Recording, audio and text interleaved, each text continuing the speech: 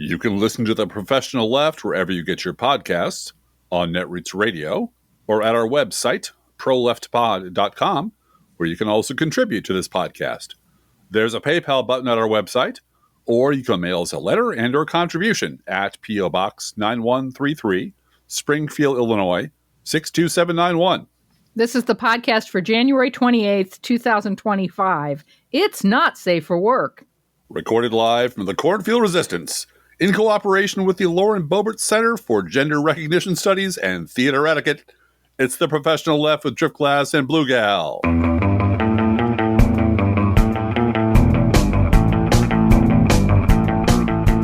Hey, Driftglass, and hello, everybody. We're going to start with a little housekeeping today. Instead of a regular podcast on Thursday, the plan is we'll be live on the Cliff Schecter show. So be sure to tune in on Thursday or catch the replay when you can. We don't know exactly when we're recording with him, but if you're a regular watcher of Cliff Schecter, it's going to be the usual time, and we're supposed to be on live with him. So that's the plan. And then on Saturday this week, Yeah, I know. Two shows a week, Driftglass, maybe even 4. But Saturday we are scheduled to record a show with the OG bloggers Martin Longman and Brendan Skwire at Progress Pondcast. Now, this is a podcast that's been around for about a year, and they took us up on our offer. And Martin Longman, I mean, we're familiar with him from way back. Way back, yeah. So again, we're not sure when that one will air. That is not a live show. They pre-record, but they podcast every 2 weeks, and they've been doing it for a year. And we are delighted to join them, and we'll be on recording on Saturday, and then whenever they put that on the air, it'll be there. So yeah, it's we'll do 3 hours on the history of progressive rock, and then we're done. It'll be great. Well, starting with Pink Floyd. No, starting with King Crimson, honey. We're going to start. And then King 3 Crimson. hours later, you might bring up Pink Floyd. Is that what happened? 3 hours late, and why prog rock failed. Yeah, it was a great idea, but it failed. Because Jill of the Stein's man. Candidacy. Except that was never a great idea. Anyway, long story short, we're doing 2 more podcasts this week, political podcasts this week. Yes. In addition to my YouTube knitting podcast, during which there will be a screaming session because Alexandria Ocasio-Cortez is learning to knit. I know somebody who could give her some really good tips on knitting. And she can come on my podcast anytime she wants. Yeah. And say whatever she wants. A little Madame Defarge moment between the two of you, just sitting there. Very excited. She went to a yarn store in Maryland. Really? And bought some yarn. That's the first step. Oh my gosh! The first one is free, AOC. I couldn't love her more. And then she's learning to knit. Okay. Well, let's start off this week. Yeah. Let's start off this week with some of the hard stuff. Okay. Talk about what we are up against very specifically. And the reason why is we don't need to go on Midwest Diner safaris to find people like this is because we live among people like this. Yeah. Yeah. And we're going to play some audio from a C-SPAN caller.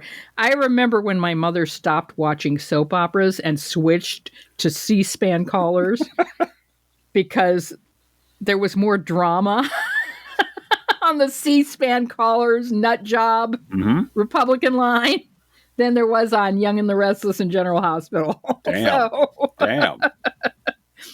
But even in the swamp of C-SPAN call-ins on the Republican line, let me tell you, Helen in California is a real treat. And you should brace yourselves. And we'll talk to Helen next in Long Beach, California. Line for support. Yes, I support it. And there was a person who called earlier who talked about how Trump was not upholding the Constitution. This was written in here, and, we have to follow it.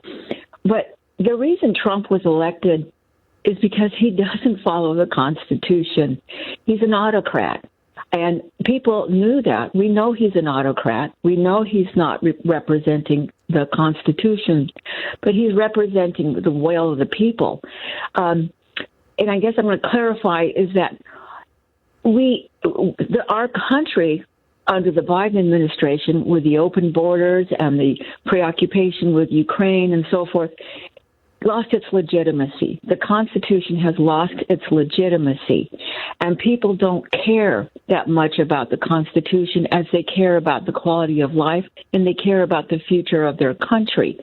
So Trump was elected because he's not going to respect the Constitution as we expect him to do, as prior experiences taught us, but because he's going to take action on what we see as a gross wrongdoing done to us by the last administration, who just flagrantly disregarded the will of the people. We are a republic. Our politicians are our servants who represent the will of us. So, if Helen, Trump wants to do that. I've got a question for you about that.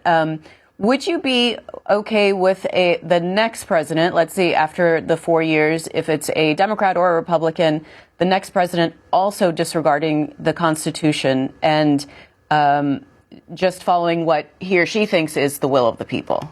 What do you think of that? Or is this just specific to President Trump? It'll never be specific again. It will never be, because the precedent's been set.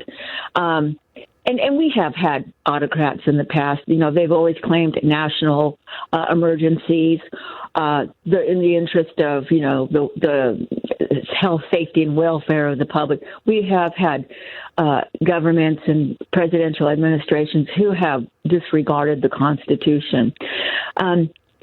So it's not that it's just popped up out of nowhere. This has been in motion for a while. So, but what I'm saying is, the Constitution doesn't hold weight as it did before. It doesn't matter as much. We need to take action. This is a man who promised to take action, and he was elected. And that's what the people want. Now, this is a dangerous road that we're going to be going down. As far as the Constitution, it still stands, but it doesn't stand very well. As I said, it doesn't have legitimacy anymore. But we are going down the road of autocracy, and we have to be wary of a dictatorship evolving into an emperor dictatorship. But it sounds to me that you welcome that path towards autocracy. Is that? I welcome it. I voted for it. Many people. But then you said we have to be careful. Careful of what? Yeah, we have to have, when the crisis has resolved, which is what Trump is dealing with as an autocrat, when the crisis has resolved, then we may restore the Constitution. That's our hope. Okay. That's our hope. But is it President Trump then that decides when that crisis is? Because I think anybody could say, well, I still think prices are too high, or I still think my quality of life is not as good as it could be. Well, that's a slippery slope logic. And what I'm saying is it will be restored when the people want it restored. All right. And that's the difference in America. Got it, Helen. Fun fact, Helen is a professor emeritus of constitutional law at Pepperdine University. No, yeah. She's not. She's the Ken Starr Chair Professor Emeritus at Pepperdine University. I believe she and Tony Scalia used to be lovers. They used to be lovers. Come to me, you're a dirty autocrat, you, was their thing. And there's no safe word in that relationship. There's never any safe word in that relationship. No, but these are American citizens who vote. Yes. And they form complete sentences that are complete madness. Oh, yes, we're just going to wipe our ass with the Constitution because that's a good thing. You know, Caesar, Rome, and all that. And then when the crisis is passed, it'll be fine. We, the people, will decide things because we're the people. I just, and this is what we talk about when we talk about reprogrammable meat bags. Mm-hmm. Is that somebody gave her the idea, or she came up with it all by herself, but her brain's just this grab bag of Mad Libs about Constitution and government. And I'm sure it all sounds very sensible in her head and talking to her friends, because she didn't scream. She was very calm delivery. No, she was coherent in terms of every sentence had a subject and a verb. Sure. And I didn't play the guy who was on right after her who brought up, we can't do anything Helen said because guns. Yeah. Also on the Republican line, of course. Well, yeah. Helen might be talking right, except she forgot about our gun rights. Right. Second Amendment. Come on, people. You can't give that up. Let everything else go to hell. Yeah. But yeah. Well, and I believe Charlie Pierce today has some writing about they're also getting rid of the preamble. They're getting rid of the provide for the common defense and the welfare. He lists off all the things under those categories that they're just trying to gut. Yep. Now, in big professional left news, we're planning on hiring Jim Acosta. I heard he's unemployed as of today. Yeah. Yeah, because, plans don't cost nothing. As you may have heard, he quit CNN over the issue of press freedom and various corporate directives to be more ass-kissy with the wet fart president. His farewell address was actually pretty good. Good to be with you. And I just wanted to end today's show by thanking all of the wonderful people who work behind the scenes at this network. You may have seen some reports about me and the show. And after giving all of this some careful consideration and weighing an alternative time slot CNN offered me, I've decided to move on. I am grateful to CNN for the nearly 18 years I've spent here doing the news. People often ask me if the highlight of my career at CNN was at the White House covering Donald Trump. Actually, no. That moment came here when I covered former President Barack Obama's trip to Cuba in 2016 and had the chance to question the dictator there, Raul Castro, about the island's political prisoners. As the son of a Cuban refugee, I took home this lesson. It is never a good time to bow down to a tyrant. I've always believed it's the job of the press to hold power to account. I've always tried to do that here at CNN, and I plan on doing all of that in the future. One final message. Don't give in to the lies. Don't give in to the fear. Hold on to the truth and to hope. Even if you have to get out your phone, record that message. I will not give in to the lies. I will not give in to the fear. Post it on your social media so people can hear from you too. I'll have more to say about my plans in the coming days, but until then, I want to thank all of you for tuning in. It has been an honor to be welcomed into your home for all these years. That's the news. Reporting from Washington, I'm Jim Acosta.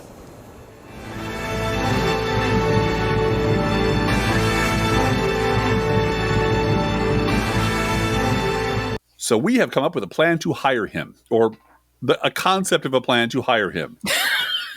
And all we really need, we figured this out on the back of some envelopes we're using a pencil. All we really need is several $1 million of startup capital. Several million. That's all we need, which apparently is very easy to come by in some circles.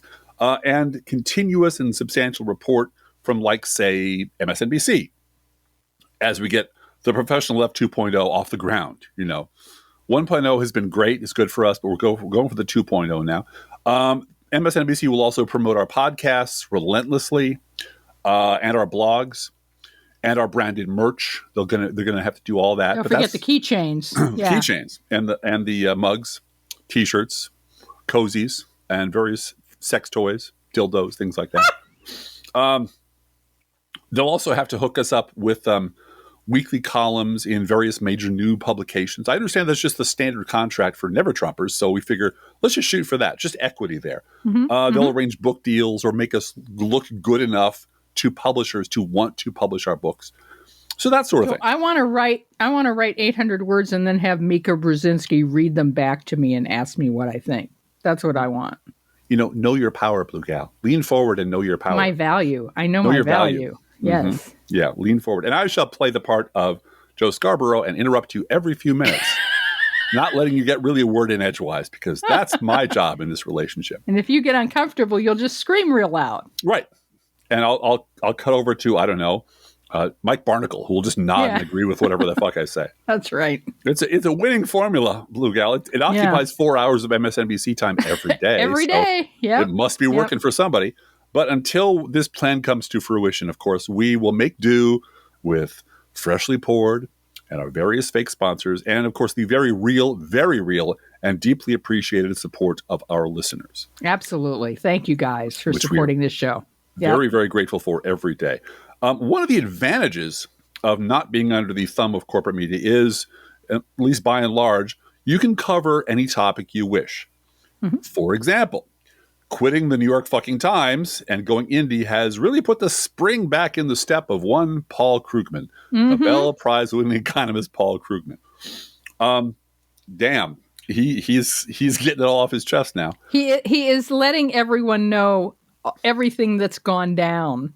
Yeah. At the New York fucking Times. Yeah. And he's not swearing as much as we would like him to. But anyway, this is him finally free to speak his mind to talk about the inner workings of America's newspaper of record. This is from his article in The Contrarian. He also has an article, an interview in the Columbia Journalism Review, which is also very good. But I'm very glad. I'm sure he's doing this on the Substack too. So go look up what Paul Krugman's writing about is what we're trying to say. And remind him that since we are bringing Jim Acosta on board, he should come on board as well. We can build our media empire with him and Jim Acosta. Jim, Paul, Blue Gal, and Driftglass. You know, he has. I wonder if either one of them have tried freshly poured cat food. Probably not. It's delicious. No. I have it for breakfast sometimes when we're running low on oatmeal. Because those goddamn eggs cost $75 a dozen now, Blue Gal. Under Trumpflation, it's true. Trumpflation. Anyway, this is Mr. Krugman. We're going to read from his article now. Quote, during my first 24 years of the Times, which just cracked me up. Sorry. Yeah. During my first quarter century working for the Schulzberger family, from 2000 to 2024, I faced very few editorial constraints on how and what I wrote. For the most of that time period, my draft goes straight to a copy editor who would sometimes suggest that I make some changes. For example, softening an assertion that arguably went beyond provable facts, or redrafting a passage the editor didn't quite understand, which readers probably wouldn't either. But the editing was very light. Over the years, several copy editors jokingly complained that I wasn't giving them anything to do, because I came in at length with clean writing and with backup for all factual assertions. You know, like a writer. Well, and like an editor, too. I will say that is how I edit columns at Crooks and Liars. Absolutely. Yeah. Because it's the byline of the writer who wrote it. I correct spelling errors if there are any. Yep. And I make sure that it makes sense to me. And beyond that, I don't try to change anything. No. That's how an editor is supposed to work. Well, and coming out of a background in economics, where you damn well better have charts and graphs and data to back up what you're saying. Yeah, it makes sense that he would be really fussy about that and, you know, more to the good for his writing. Yep. I know it took him some time to sort of get with the program there because he wanted to write too much or too little, whatever, but eventually got really good at it. And I always enjoyed his columns, the New York Times. Back to Mr. Krugman himself. This light touch editing prevailed even when I took positions that made Times. Whoa, talk about a slip right there, boys and girls. Made Times leadership. Not Trump's, Times. New York Times. Kind of merging there. Times leadership, very nervous. My early and repeated criticisms of Bush's push to invade Iraq led to several tense meetings with management. In those meetings, I was urged to tone it down. Yet the columns themselves were published as I wrote them. And in the end, I believe the Times, which eventually apologized for its role in promoting the war, was glad that I had taken an anti-invasion stand. I believe that was my finest hour. So I was dismayed to find out this past year, when the current Times editors and I began to discuss our differences, the current management and top editors appear to have been completely unaware of this important bit of the paper's history and my role in it, unquote. Wow. Yep. This is important enough to pause for a minute and consider. It's something we've touched on in previous podcasts, and I know we will definitely go into more depth in the future. Our never Trump allies seem to be throwing up their hands because their great big plans for stopping Trump came to nothing. Hugging Liz Cheney harder didn't work. Sorry. So these never Trumpers are reduced to basically yelling at us to do better. Work smarter, not harder, Democrats. Well, and I don't mind criticism of Chuck Schumer. I don't mind criticism of some House Republicans who are talking about bipartisanship. Fuck that. Right. I agree. And it's right to say fuck that. But to pretend that the Democratic base is at fault for Trump winning is utter bullshit. Yeah, the 75 million of us that voted to end this madness, our asses off. Yeah. A lot of us are not the problem. We understood the assignment and we did the assignment. And we all know the people who are to blame for this. The problem children are the people who stayed home because they're too fussy to vote for anything other than the one issue that they cared about. Yep. And that mushy so-called independents who pretended they didn't know enough about Kamala Harris. Exactly. When they knew two things about her, and that's all they needed to vote their bigotry. Yeah. So the big plan tell us about the big plans the Never Trumpers have. What's their big strategy now? Yeah, their new strategy is all about describing outcomes and then glossing over how we get those outcomes. We got to fight Trump. We got to fight harder. And Democrats have to blah, blah, blah, blah, blah. Right. Democrats need to do better. And somehow we need to manifest out of thin air charismatic genius orators who know how to talk to regular people. Right. They have to be good at orating, but also good at talking to regular people. And they have to be able to go everywhere and talk to everyone, and they have to hurry up. Right. Hurry up. Yeah, they have to be ubiquitous. No information about how that ubiquity is achieved when there's a complete dominance of conservatives on social media.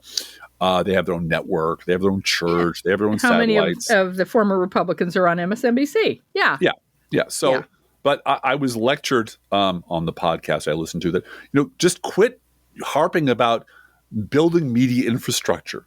Just build better Democrats and the infrastructure will somehow come into existence. Yeah. Yeah, I know, because you guys got millions and millions and millions of dollars in liberal money to build your media infrastructure, and it didn't work. Yeah. Because you'd never invite fucking liberals onto the fucking platform. No. You only talk to each other. And all of your advice is the same, which is do better, Democrats. Yeah. And you know what? We can do better. There's lots of people who can do better and have done better. But the thing is, when I was in technology, and I was in technology for a number of years, I was in user meetings that were just like this all the time. Yep. The users would describe the outcomes they wanted, which usually came down to wanting some kind of super awesome everything button, like a database will solve the problem, or a new website will solve the problem, or maybe make it blue. Blue, everyone likes the color blue. It'll solve all their problems, even the ones they haven't articulated yet. They just feel that somehow this thing should be able to read their deepest thoughts and solve their deepest problems. It should require no training, mind you. You shouldn't have to learn anything, God forbid, because learning stuff is for snooty, political junkies like us. And it should cost next to nothing. And it should solve almost all of their most deeply ingrained institutional problems overnight. That's how it should work. And they were convinced that somewhere out there was a magic thing, a box they could buy that would do this for them. And users like this are begging to be scammed. Begging to be lied to. And I've seen lots of them buy the vaporware that some consultant was selling, only to find out like 6 months later, and a lot of money and dependent plans and promises they'd made on the basis of those that magic box later, that the oops, can't be delivered on time. So sorry. So there's complexities, and your organization, blah, blah, blah. And there's always excuses. So we're going to need more staff and more money for the thing that will never work. So what are you going to do, Mr. Vice President, Mr. Vice President of Technology, Mr. Vice President of Production? You've made a lot of promises of all the miracles you'll be able to deliver based on the sucker bait you took, which you will recall was against my very strong advice, which is why you hate me now, because I remind you this is a stupid fucking idea to begin with. So Mr. VP comes up with another 6 months or 9 months or years worth of funding, because if Mr. Vice President ever had to admit that his initial ask was impossible, and he ignored advice that it was impossible and pissed away all that money and all that time and given millions of dollars to con men, he would no longer be Mr. Vice President. He would be Mr. IHOP Assistant Third Shift Manager. Yep. And he fucking well knows it. So he's got to keep feeding the lie that it was just the problem with not enough time and energy to create the miracle that we're going to deliver to the people. Right. Synergy, Driftglass. They need more synergy. More in off-site management meetings and more consultants and more. You know what? If we just get everybody a copy of Who Moved My Cheese and spend all Saturday, which this happened to me. Oh, yeah. Spend all Saturday analyzing the book and breaking it down. And which mouse are you and which character are you? Because that helped us immensely. That department, by the way, doesn't exist anymore. So yeah, the whole department's gone now. It's gone. It's all gone. Anyway. Anyway, this is from the Jacobin, November 6th, 2020. Uh-huh. So this is immediately following the 2020 election. Uh-huh. The Lincoln Project was a giant grift. And this is quoting the article from the Jacobin.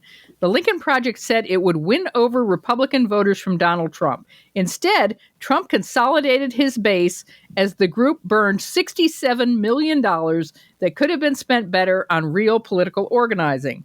A group of longtime Republican operatives depicting themselves as anti-Trump stalwarts convinced liberals to give them more money for ineffective television ads and stunts than was raised by the Democratic Party's national campaign to win state legislatures. Winning state legislatures is not sexy. No, it's boring. It's the most boring. Running poopy head Trump ads on Fox is fun. Mm-hmm. Ooh, look. Did you see what they run? Did you see that ad? Oh my God. That's going to make Trump mad. Ooh. Make him mad. We'll get in his head. We'll make him mad. Jacobin, the result, Donald Trump won more Republican votes than he did in 2016 as Democrats again lost state legislatures in advance of redistricting that could determine control of Congress for the next decade. Unquote. That's from 5 years ago. Mm-hmm. According to Open Secrets, during the 2020 fundraising cycle, the Lincoln Project actually raised over $87 million and spent over $81 million. Mm-hmm. 2022, they raised over $30 million and spent $35.4 million. Mm-hmm. And in the 2024 fundraising cycle, they raised $23.4 million and spent $23.8 million. Now, how does that compare to what we raised during those same periods, Blue Gal? $23.8. A little more than that. Yeah. But no millions in there. No. With basically nothing to show for it, all because good meaning but credulous people were conned into believing that by cranking out a bunch of slick ads that made liberals feel good, and also, were played on Morning Joe all the time. Sure, all the time. On every MSNBC show, really, to be fair. Love those ads. Mm-hmm. Love those ads. You could shame shameless people into not voting for Trump. That was the thought. Mm-hmm. But Trump voters don't think like we do. They're Helen in California. Mm-hmm. Well, and the reason it's so weird is because these same people who are cranking out these Republican ads built those voters. Yes, they did. They fucking know that Rick Wilson built those voters. He did. Those voters. He knows they can't be persuaded or reasoned with. They're made that way. They built them that way. Yep. And he'd be the first to tell you in a cocktail party, I'm sure, that Republican voters are a bunch of brickheads. Well, he was on with, as I recall, Don Lemon, and they were laughing their ass off as I recall, begging faulty memory here, he's laughing and Don Lemon's laughing, and Rick Wilson's referring to them as like toothless boomer rubes who were basically dumb enough to fall for this shit. I'm like, dude, 5 fucking minutes ago, those toothless boomer rubes paid for your house. Yeah. Pandered to them, paid for the airplane that you fly around in, paid for your boat. These people built your life. You built your life making these people, making these toothless rubes and telling them to attack people like us. Yeah. And now you're just laughing like, can you believe these idiots? Yeah, fuck you, I can believe them. And you wanted to keep going in the era of Trump when Trump saw you as a traitor. Sure. And so go and make that kind of money from liberals, right? Sure. Yeah, by making ads that only appeal to liberals. I think the point is Rick Wilson got to get paid. That's right. They all got to get paid, baby. By the way, his book, apart from the title, Everything Trump Touches Dies, his book is a bunch of pasted together blog posts. Yeah. And it sucks. His book sucks. Uh-huh.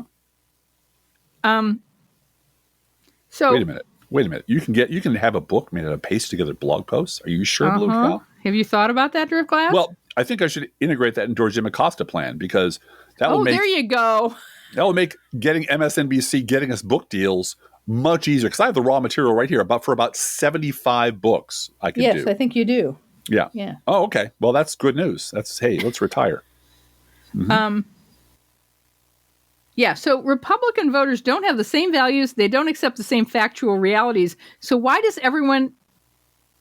anyone ever think that running ads filled with what Republican voters already believe are liberal lies was the way to win?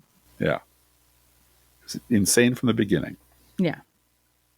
The truth is, we already have a much stronger ally than a bunch of former Republican ad makers. Look at me. Judge me by my size, do you? And where you should not. For my ally is the Force. No, it's not the Force. That's ridiculous. Don't be ridiculous. We know there's no such thing as the Force.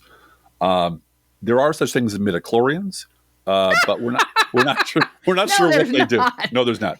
We're gonna have one of those con-suite fights. That's it. Yeah. Well, except Star Wars isn't science fiction.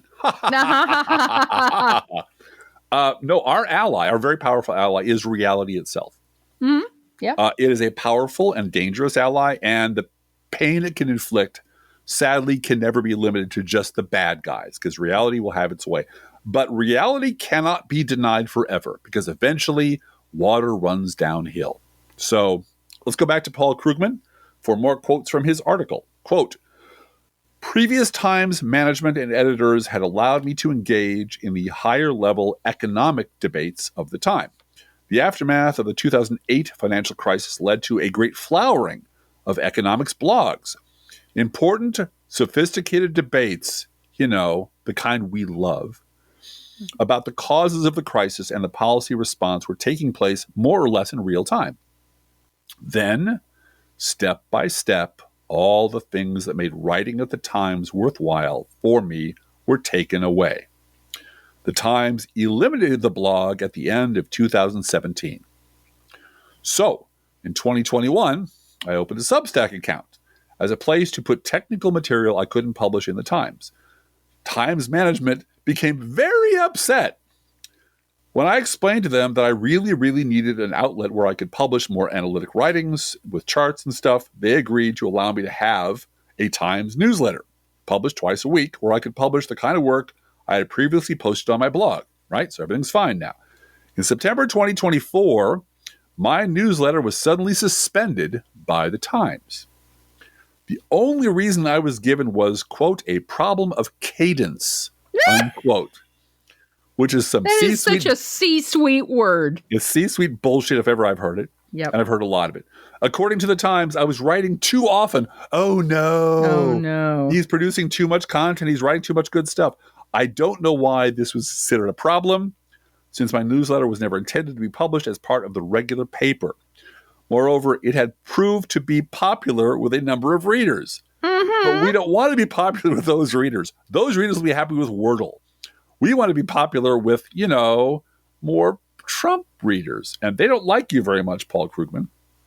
And back to Krugman.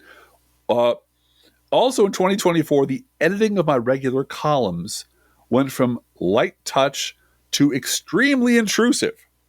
I went from one level of editing to three, with an immediate editor and his superior both weighing in on the column, and sometimes doing substantial rewrites before it went to copy. These rewrites almost invariably involved toning down, introducing unnecessary qualifiers, and, as I saw it, false equivalence. Mm-hmm. Say it with me now, kids. Both sides. So, a bunch of editors forcing him to do the both sides thing, which Krugman has been writing against since 2000 at least. Mm-hmm. One more thing. I faced attempts from others to dictate what I could and could not write about, usually in the form of, "You've already written about that," as if it never takes more than one column to effectively cover a subject. If that had been the rule during my earlier tenure, I never would have been able to press the case for Obamacare or against Social Security privatization, and most alarmingly, against the Iraq invasion. Moreover, all Times opinion writers were banned from engaging in any kind of media criticism. Oh, wow. Really? Are you really? Don't criticize the media? Hardly the kind of rule that would allow an opinion writer to state, "We are being lied into war," unquote. Yep. Amazing.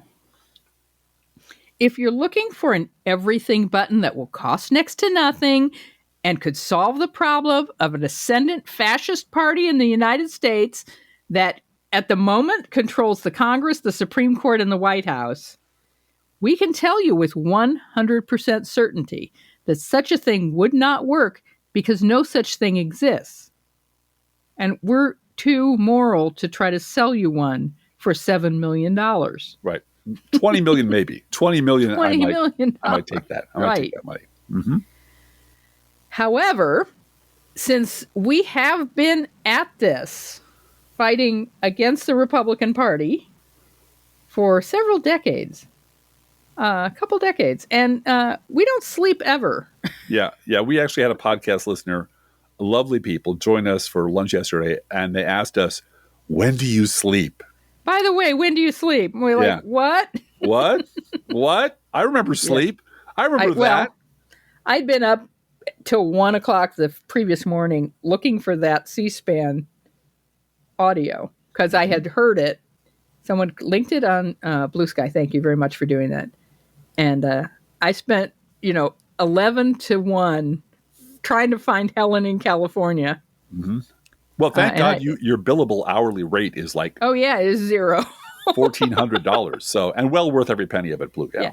It's not easy to find stuff on C-SPAN, but, it's free and it's clippable. That's right. And, until Trump puts a hold on it, this is the cable company's gift to America, I think. Yeah, it is. I don't think he can stop funding for C-SPAN. Anyway, we can tell you from our experience what has worked in the past. And I think it's particularly important to remember 2003, 2004. Absolutely. Yep. And this is something about which, as Krugman has pointed out, the New York fucking Times current management and top editors appear to be completely unaware. Consider this lead article in the New York Times Magazine by 35-year-old Ross Barkin informing us resistors that the war is over and we should all go home. Mm-hmm. This is recent.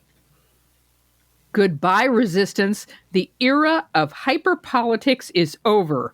Where has the anti-Trump energy gone? That's a New York Times Magazine article. Yes, it is, from last week. And I read that, and I also read on the Mark Zuckerberg site Rick Perlstein's excellent reply to it, pointing out that there actually was already a very energetic and engaged response, for example, to the threat of mass deportations. It was up and running right now in Chicago, that it was doing a pretty good job of thwarting ICE goon Tom Homan's efforts there. This is so much so that Steve Bannon is screaming to his audience about arresting Pritzker. Yeah, got to arrest Pritzker because, the resistance. Lock up Pritzker. And Homan was on CNN yesterday, that thug was on CNN yesterday, and complaining that Chicago is, quote, very well educated, unquote, and people, quote, know their rights, unquote, too well. God damn it. Who's teaching them these things? Yep. Like you don't have to answer questions, and you don't have to answer the door, and you can go find places where they're not going to go.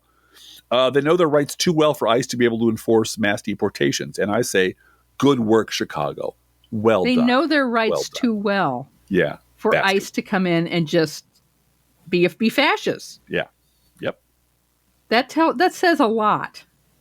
That says a lot. And I think one of the other important things about this is the important thing for Trump is that this be a good TV show. Right. Got to be a good TV show. He really doesn't give a shit who you lock up. Native Americans, American citizens, it has to be good TV. And he's told the ICE agents through Tom Homan that they should look good. Yeah. That their insignia should be on right. Well, and who's embedded with them now? Dr. Phil. Dr. Phil. Because it's a TV show. Because it's a fucking TV show. Mm-hmm. This is Idiocracy. And the TV show is throw out the brown people. Mm-hmm. And it's not good television if the people you're talking to know their rights and start quoting their constitutional rights to you about how they don't have to answer your questions.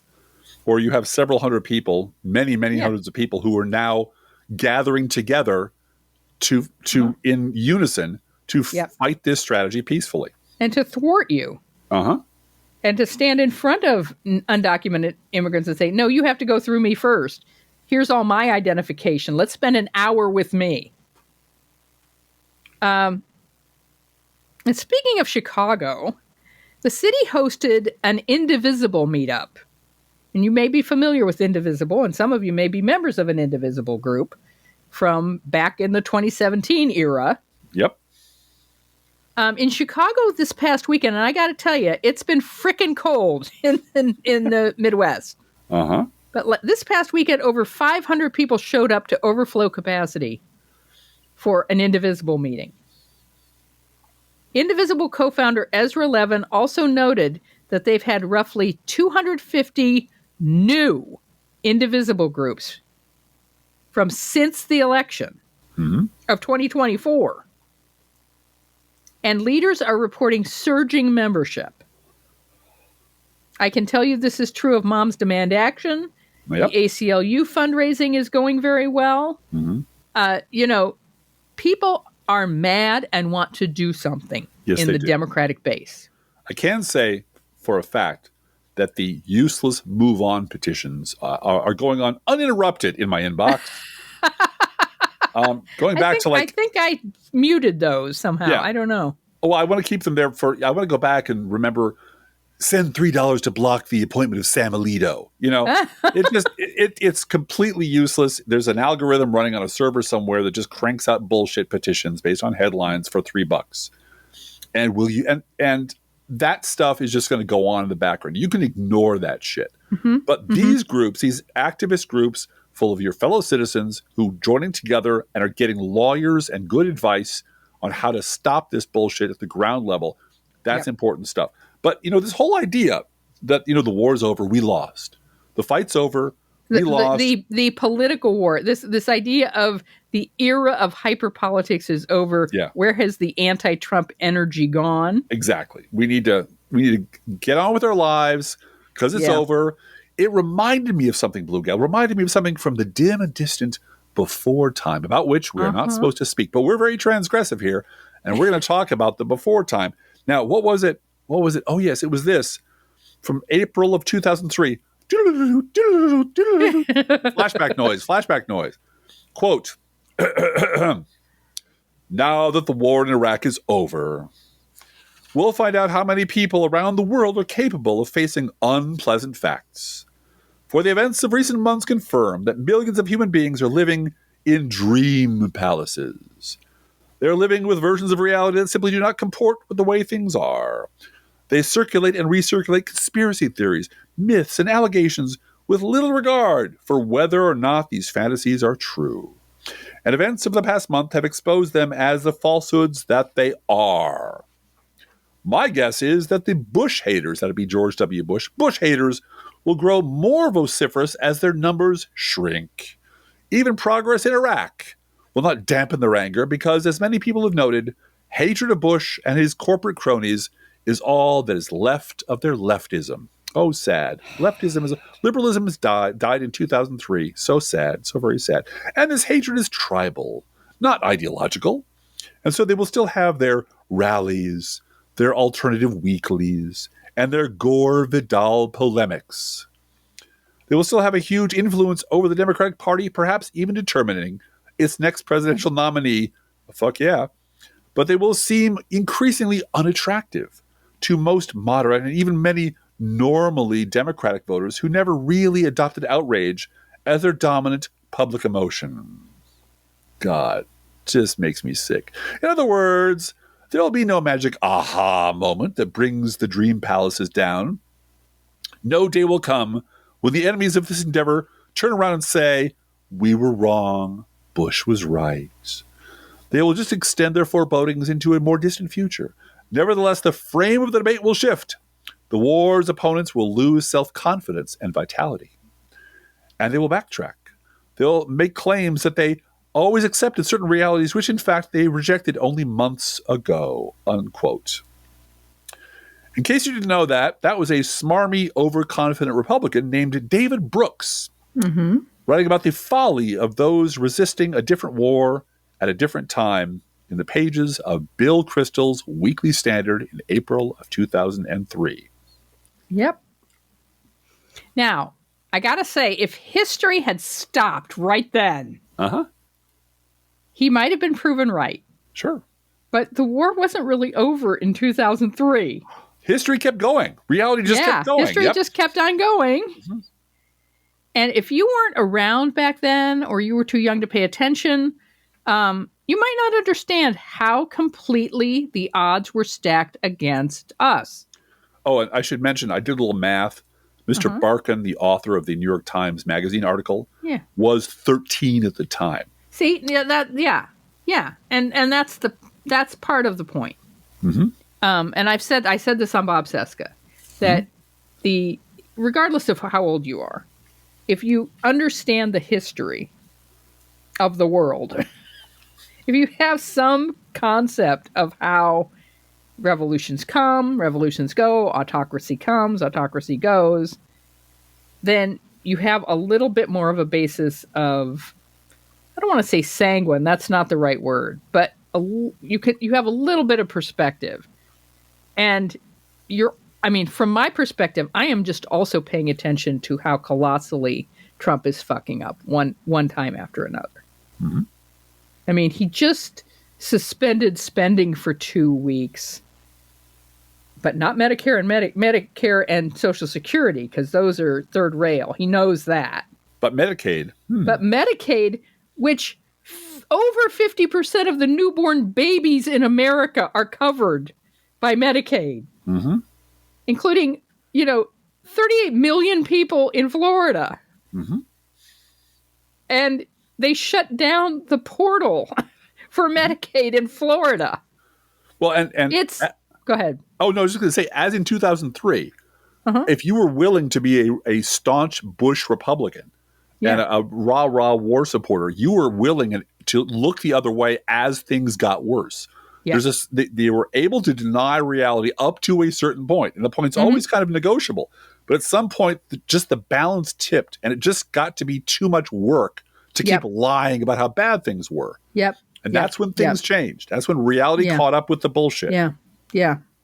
I thought you were going to say if you were willing to rah-rah for Bush, you were also invited to all kinds of conferences and absolutely. Free drinks, everywhere you go in D.C.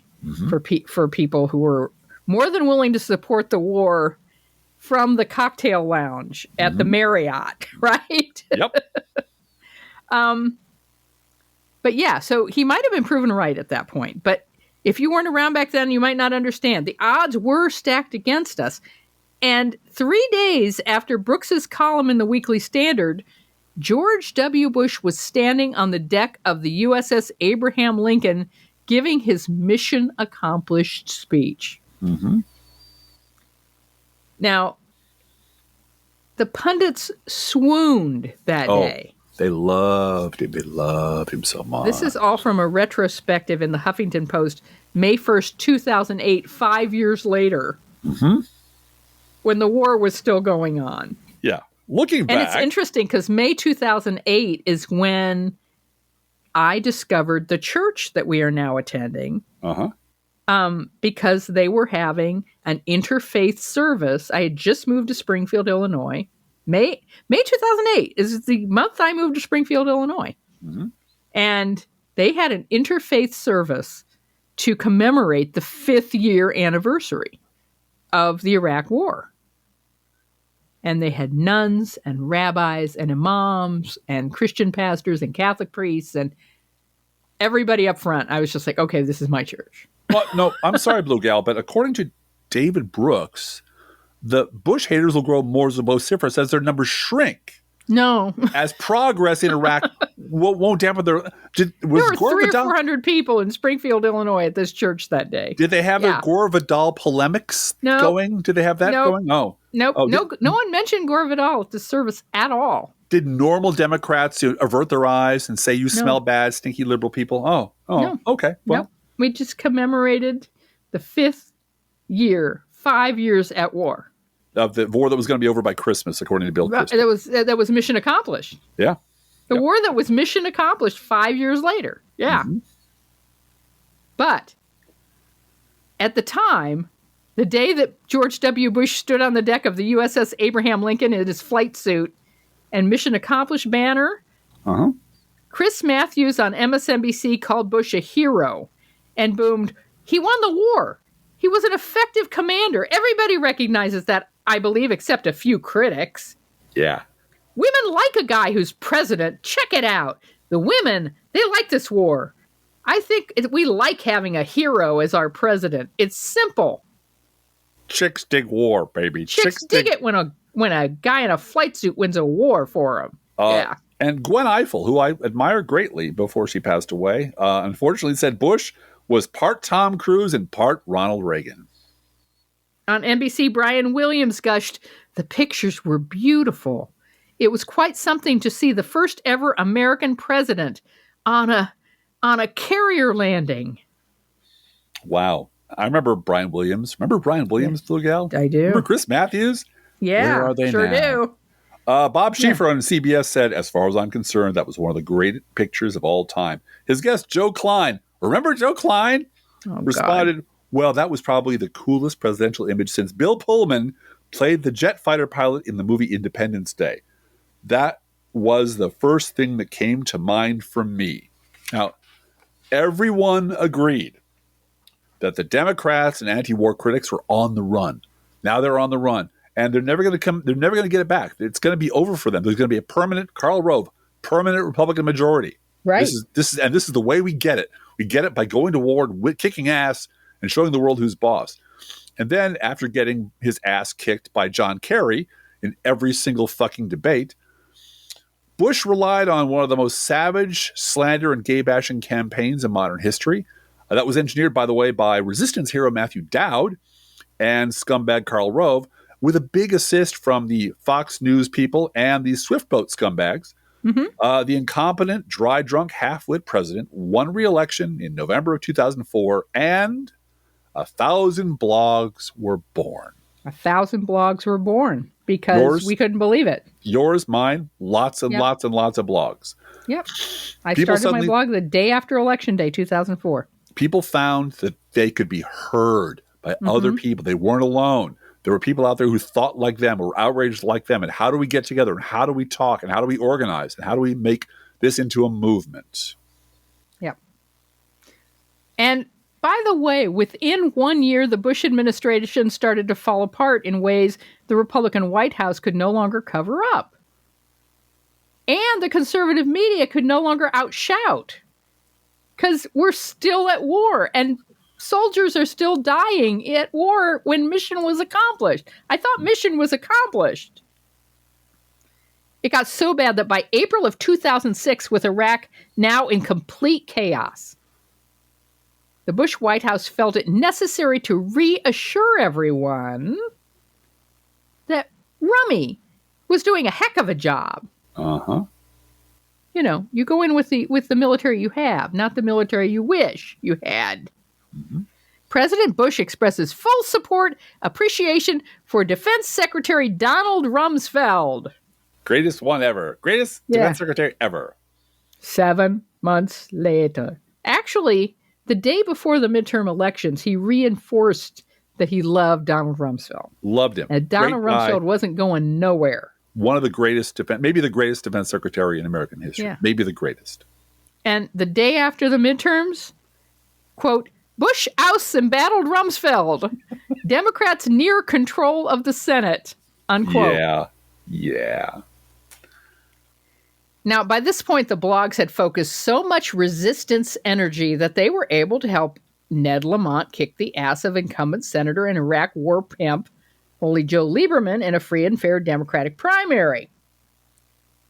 This caused Ross Barkan's future New York Times colleague, David Brooks, to lose his fucking mind and accuse the flamers of the liberal blogosphere of being the moral equivalent of corrupt Republican waterhead thug Tom DeLay. The Tom DeLays of the left. That's right. It's the Shia and the Sunni. It's the flamers on both sides, Blue Gal. It's the Both sides have flamers. And in this moment, not quite perfectly, but in this moment, the lazy journalistic trope of both sides do it, which has been around for decades, became codified as the go-to response to every Democratic criticism. Everything. Time. Yep. This was the golden age of both sides do it. Yep. As Republicans collapsed in terms of things that we as a society, including Republicans, depend on the federal government to do correctly. Yes. Even the most anti-spending, at this time anyway, anti-spending Republican felt that the federal government had a duty to win wars and manage national disasters. Yes. And Katrina was an abject failure, and we were losing in Iraq. Yeah, guess who fucked up both of those? We were losing in Iraq and Afghanistan and Katrina. Yep. And by the way, just as a brief aside, I'm tired of the pile-on about Joe Biden in Afghanistan. I'm tired of it. Stop it. Yep. Stop it. Joe Biden simply fulfilled an agreement Donald Trump made. And you know what? After spending 20 years training an entire generation of Afghan people, of Afghan military, of trying to fix their government, they collapsed overnight. Yep. So there was never going to be a way to leave Afghanistan gracefully or easily, ever. The Taliban was going to go right back into power no matter what we did, unless we stayed there forever, which was never going to happen. So, if you want a permanent occupying U.S. military force in Afghanistan, let alone Greenland. Right. Which is also problematic. We couldn't afford to buy Greenland if we hadn't gotten out of Afghanistan, Driftglass. But George Bush was busy fucking up everything a president's not supposed to fuck up at all, ever. Including the economy. Yep. And then saying, in October of 2008, have you made a decision about bailing out the auto industry? I haven't made up my mind yet. Yeah. Boom. Million jobs lost. Just like that. Yeah. Just like that. Because that was going to be the end of the auto industry. And that was going to be the end of a million auto industry jobs and probably 3 to 4 million other jobs related to the industry. Knock-on jobs. Forever. Forever. And you can thank God Barack Obama won that election. Yep. Well, no, I mean, John McCain had a plan to sit quietly and do nothing and suspend his campaign. Because of the crisis. Right. Yes. And that was when Obama, why won't Obama lead? He was the one that called everybody to the White House. Right. Do you remember that? I do. I certainly do. He sat down with John McCain and George W. Bush and said, let's at least present a united front against economic disaster. Right. Global economic catastrophe. Yeah. Let's show a united front against that. God damn. Why won't Obama lead? And, all right. And in that moment, and this is a lesson that we need to learn from our Republican friends. In that moment, the Republican Party decided we need to destroy this guy. Yeah. We need to find a way to destroy him, not to work with him, no bipartisanship, no olive branch. Every time he extends an olive branch, burn his hand off. Every time Democrats complain about burning his hand off. Well, because he was moving the country toward a one-party system. Yes, he was. With his meeting at the Republican retreat. In Baltimore. When, oh my gosh. Yeah, he went down to Baltimore. And it was moderated by Mike Pence. Yes. And he kept insisting on reality. Oh, this is such a good memory. Oh, I remember it well because he went down there to the Republican retreat in Baltimore, at where they were bitching about Obama and healthcare. This is not the same year. He's in office now. He's been in office. Yeah, he's in office, right? But we're jumping ahead just a little bit. Yeah, but he goes down there to talk about healthcare with them, And he just shows up, and they say, well, we invited him. We didn't think he'd fucking show up. And he shows up. And for an hour and 20 minutes, an hour and a half, he stands up the lectern, no notes, answers every question. He's very reasonable, very calm, very, very outgoing, and says, look, call it whatever you want. Call it the McConnell plan. I don't care. We just need to fix the problem. And whatever proposal you have, I'm great with it. I'm cool with it. Here are the three things it needs to do. Exactly. There's three criteria you have to do. And if it meets those three, fine. I'll sign whatever you put in front of me. And they kept throwing out like tort reform and other shit like that. And Mike Pence kept mentioning across the board tax cuts. Right. And Barack Obama would look over your numbers don't match up, Mike. Exactly. And he'd look over his invisible professor glasses and say, now, Mike, or now, Paul, I'm fine if you think tort reform makes things better, but you know that won't solve any of the problems we're talking about. Yeah. The problems we're talking about. And he just treated them with respect. Yeah. He treated them like adults, and he just whipped the shit out of them. Yeah. And they hated him for it. They never invited him back again. No, they never did. But they decided that the solution in the middle of a healthcare crisis, a couple of wars, economic collapse, the best thing they could do was to destroy the man that we had elected president, sabotage everything he tried to do. And then when he tried to get around their sabotage with executive orders, call him a tyrant and run against him as a czar and a tyrant. Yep. And if he didn't do that, then why won't Obama lead? Why won't Obama lead? Why won't he go out with drinks with Mitch McConnell? So, like I said, the Bush administration started to fall apart. And there's one quote from Rick Perlstein's rebuttal that we want to raise up here. It's from the original Jonathan Swift, not the late blogger, but the actual Jonathan Swift from back in the old days. Gulliver's Travels, John Swift. Gulliver's Travels, Jonathan Swift. Quote, "It is the folly of too many to mistake the echo of a London coffee house for the voice of the kingdom." Yeah. And I think that goes back to Helen in California.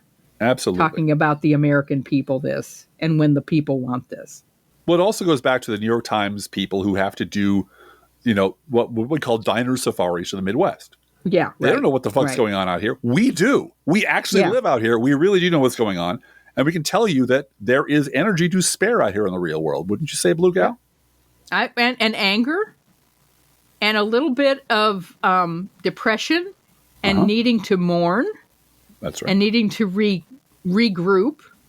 And maybe, yes, the midterms are 2 years away. Maybe we need to take a little time for self-care.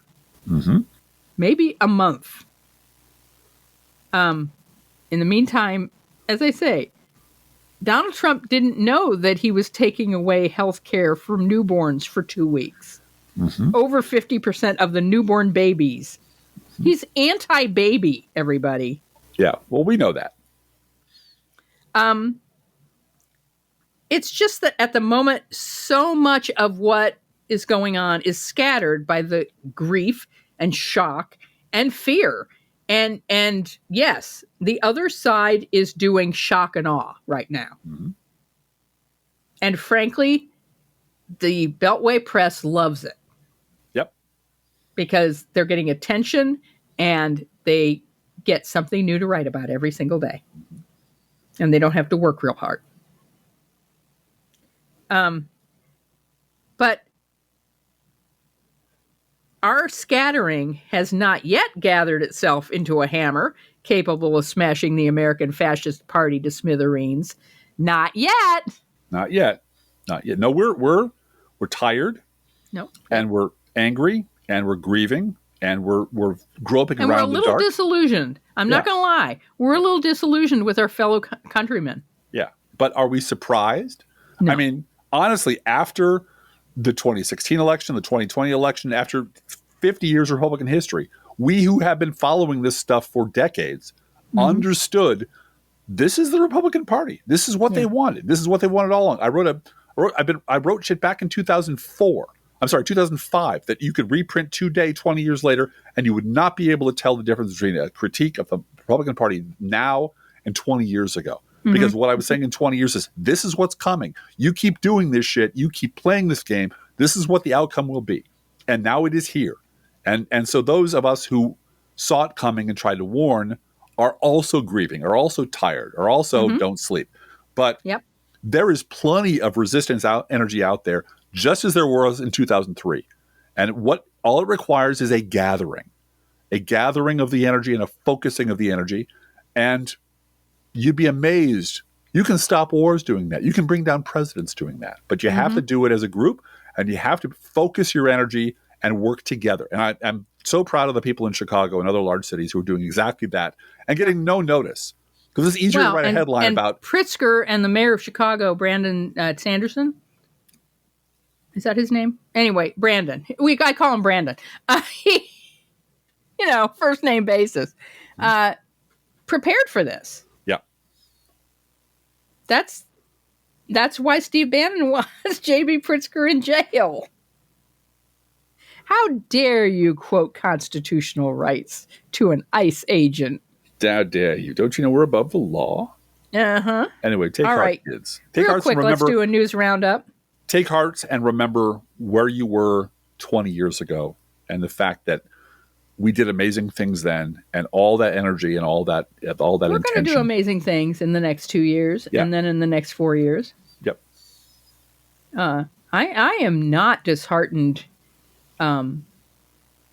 because of the first of all, because of the amount of rake stepping the Republican Party and Donald Trump have done in the past week. Well, and again, our ally is causality, reality. Yeah. The way the real world works. And at some point, it became unbearable for Republicans and conservatives to continue to pretend that everything was fine in Iraq and in the economy. And that on that day, everything flipped and they turned on Bush and they all became Tea Party members and pretended they never heard of it. And these are the same people. These are mostly the same people. And after enough pain is inflicted on them and, frankly, the rest of us. That's the hard part. It's knowing the amount of pain that's going to come. It's going to hurt. And our job is every step of the way to say, this is what you voted for. This is what you voted for. We told you this was going to happen. You did this. Trumpflation. This is what you voted for. Yeah, make it unbearable. And until they say, that's it, I'm the one staying home now. I'm going to stay home and watch football because I don't want to be involved in this anymore because I don't want to be held responsible for all the shit that my vote caused. Yep. All right. News roundup? Yeah, real quick news roundup. Pete Hegseth and his liquor cabinet have been confirmed as the next defense secretary in a tied Senate vote. And he's promised not to drink on the job. J.D. Vance, that weird guy, broke the tie. Yeah. Remember that whenever Pete Hegseth, gets drunk and steps on a rake, everything, messes up.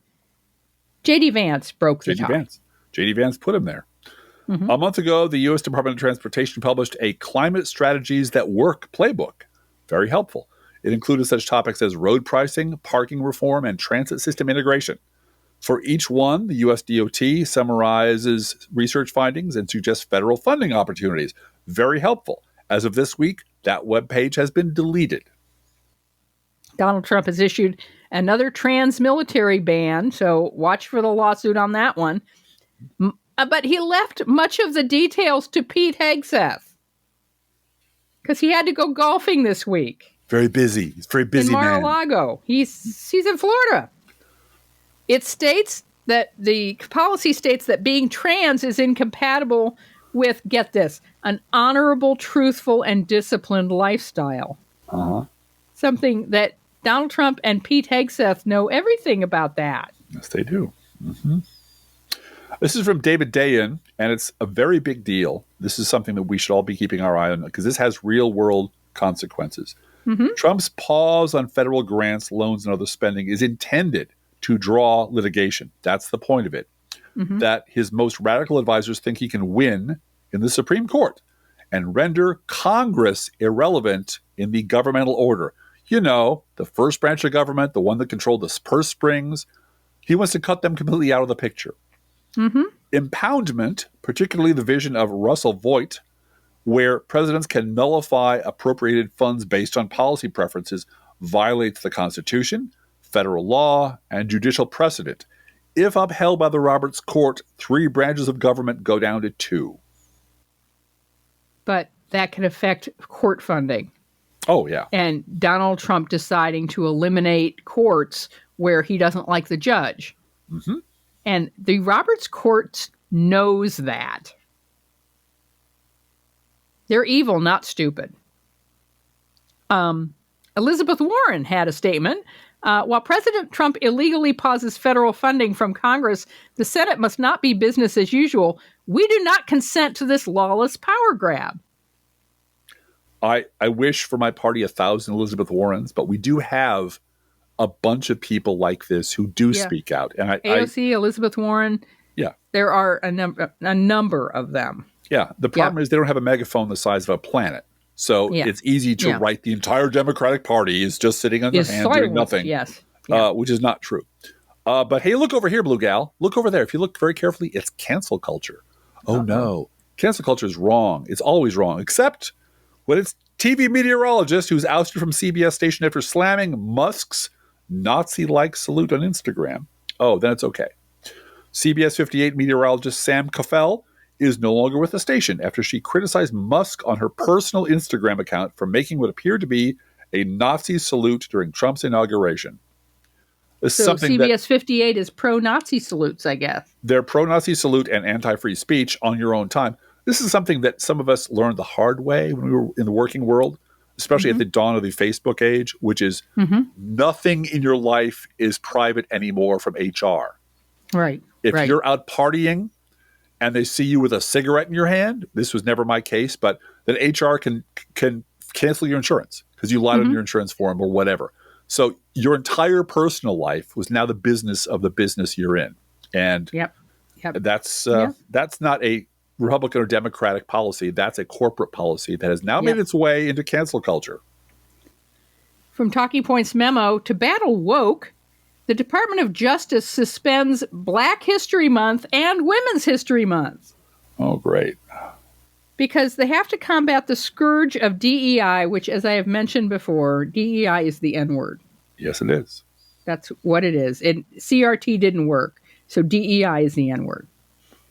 The DOJ yesterday indefinitely suspended observance of events like Black History Month, Women's History Month, and other long observed and one would imagine fairly innocuous commemorations.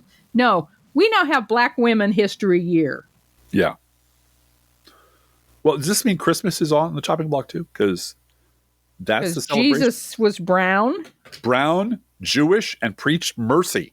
Three things that Trump can't stand. I mean, come on. Is there anyone more woke? The reason for the season is Trump lighting a Christmas tree. That's it.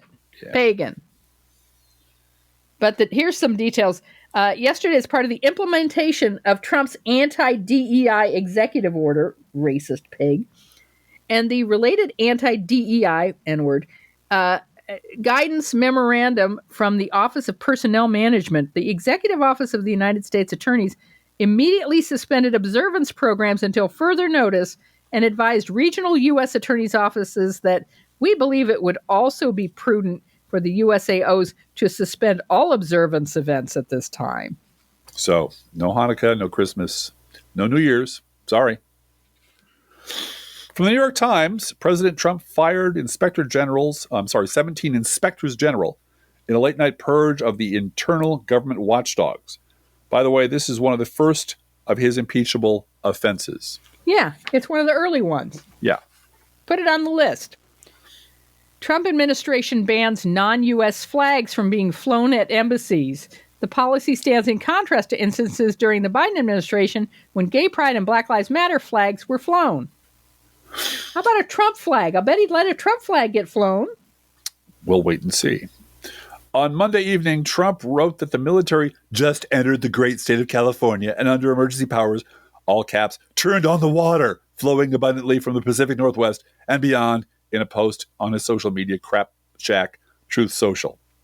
He did that like at 3 a.m. Yeah. 2:30 in the morning.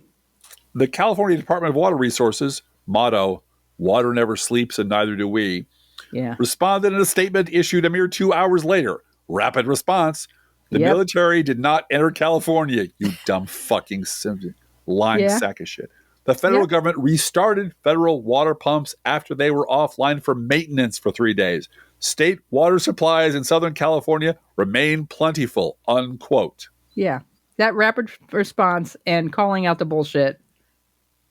Put it in the same news cycle, because when the White House press office opened at 9 o'clock the next morning, there was the response along with the Truth Social bullshit. And that's how you got to do it. So kudos to them.